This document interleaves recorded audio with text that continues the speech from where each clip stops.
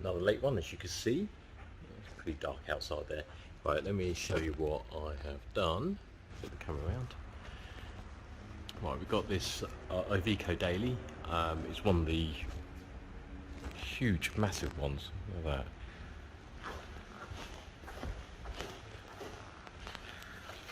It's a very long wheelbase van. So what I've done is fitted a camera, reversing camera, and what it is to replace the actual brake light, and that's the original brake light. So that was taken out. That housing is factory Iveco, and you can see in the centre there where the actual brake light is, that's what's replaced, which has a built-in camera. So it all looks OEM and factory, so don't need that. And also with parking sensors as well. And again, these look pretty OEM. Let me just show you the camera itself. That's the monitor. So what they wanted something a little bit discreet. It can't integrate into that screen because it's not actually a DVD sort of monitor. It's just a simple radio.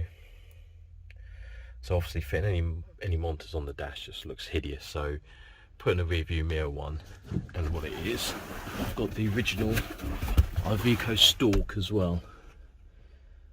So it just literally clips on.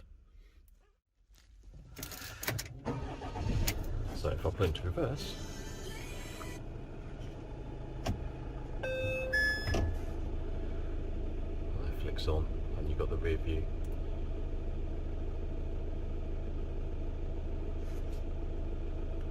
Get that in reverse, all powers down. Right, I've got the second van in, and you see that's how it is as factory. So no parking sensors, no reverse camera.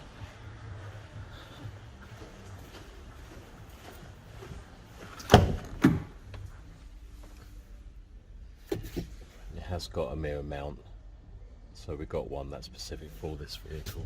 So it just slots straight on there with the camera. As you can see, this fan is just absolutely huge.